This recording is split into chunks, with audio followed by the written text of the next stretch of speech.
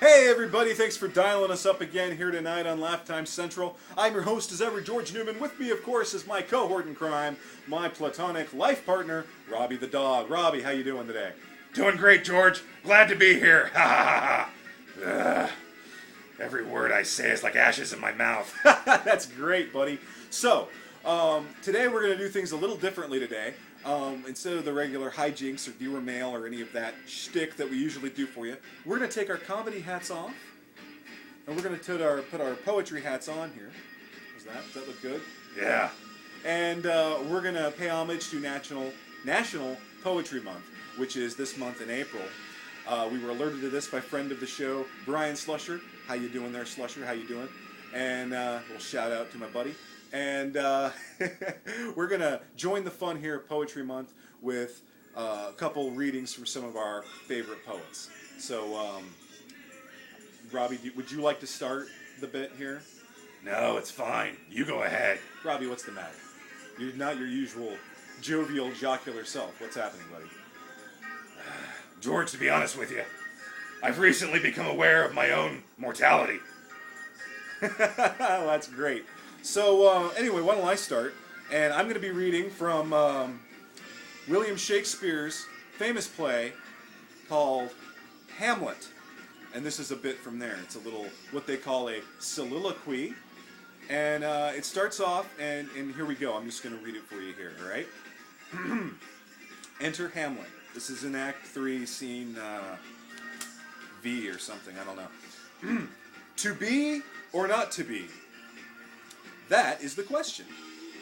Whether 'tis nobler in the mind to suffer these slings and arrows of outrageous fortune, or take arms against a sea of troubles, and by opposing, end them. To die, to sleep, no more, and by a sleep we say to end the heartache and the thousand natural shocks that the flesh is heir to. You know what? 'Tis a consummation devoutly to be wished. Where was I? To die, to sleep, perchance to dream. Hey, there's the rub. For in that sleep of death, what dreams may come, and we have shuffled off this mortal coil. Well, I'm telling you, buddy, that's going to give us some pause, just like you got. Now, there's the respect that makes calamity. I can't believe you could be so freaking insensitive. Robby, language. We've talked about this. I just told you I'm obsessed with my own mortality. And then you're reading Hamlet's To Be or Not to Be? It's all about death and committing suicide. What kind of heartless monster are you? I'm a heartless monster who's got a show here to do, pal. And I would appreciate your support and respect, all right? What do you got to be feel mortal about anyway? You've been around forever. You are the alpha male. Not anymore.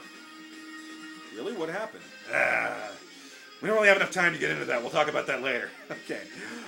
Look, tell you what. Would it make you feel better if you got to do your poem? I'm going to stop there. That's all I'll do. You go ahead and do yours. What are you going to do? Well, George, I would like to give my rendition of Allen Ginsberg's Howl. Really? Allen Ginsberg's Howl? Yes. Okay, well, that sounds cool. Let me fix you up here with the poetry hat. There you go, buddy. You look awesome. Thanks. All right. So, go ahead. I'm just going to sit back here. You take it from here. You knock him dead. Wow him. Wow him. Poetry. Right here. Allen Ginsberg's Howl.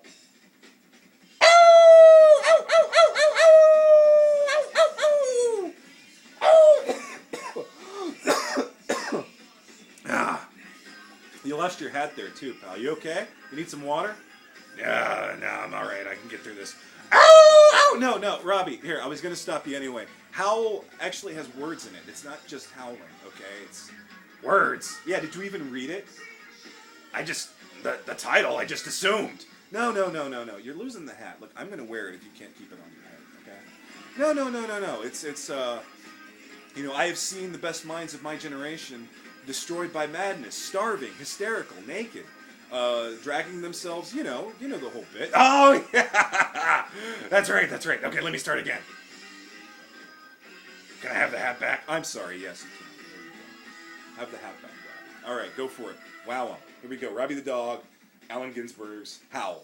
You go ahead. I have seen the best minds of my generation destroyed by madness. Thanks. Starving, hysterical, naked. dragging themselves through the street. I don't know, George. It just seems it has so much more power like that.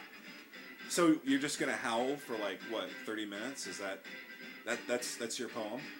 It speaks volumes. Yeah. Okay. All right. Well, why don't we skip that? And I think we're about out of time here. We've kept your patience for too long. Once again, national.